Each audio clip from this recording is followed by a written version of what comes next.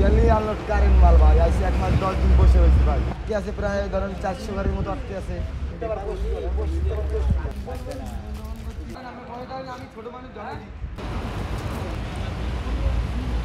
এ যাবতে শুভর গাড়ি আটকাইতো না ভাই। এর আগের ট্রিপও আমি আইছি, এসে গাড়ি আইসে এসে আপনার খালি করে চলে গেছি। কিন্তু এই সিএনএফের কাছে গেলেই একে বলা হয় ভাই গাড়ি ঢুকছে না কেন, সমস্যা কি? এরা ডেট দেয়, বলে আজ না কাল ঢুকবে, কাল না অমুক দিন ঢুকবে, কাগজপাতি সমস্যা আছে, কাগজপাতি কমপ্লিটলি ঢোকানো। এইভাবে আমাদের রয়েছে পইরা।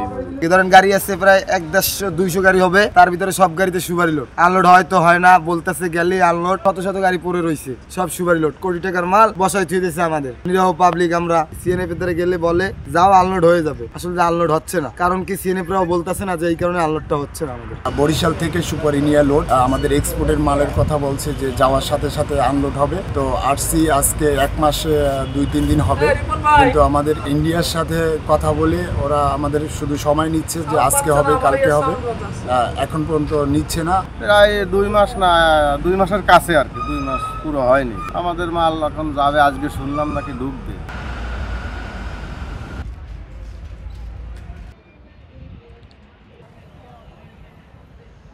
গাড়ি এক্সপোর্ট হওয়ার পরে ইন্ডিয়ান সীমান্তে ওরা ওইটা টেস্টের জন্য দিল্লিতে পাঠায়। টেস্ট রিপোর্ট হয়ে আসতে একটু সময় লাগে।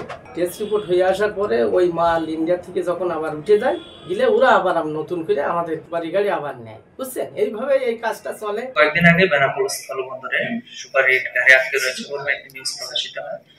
পত্রিকা সংবাদে বলা হয় যে 100 থেকে 200 গাড়ি 2 মাসের অধিক সময় ধরে আটকে রয়েছে। সে বিষয়ে আমরা আমদানি এবং রপ্তানিকারকদের কাছ থেকে খবর নিয়েছি।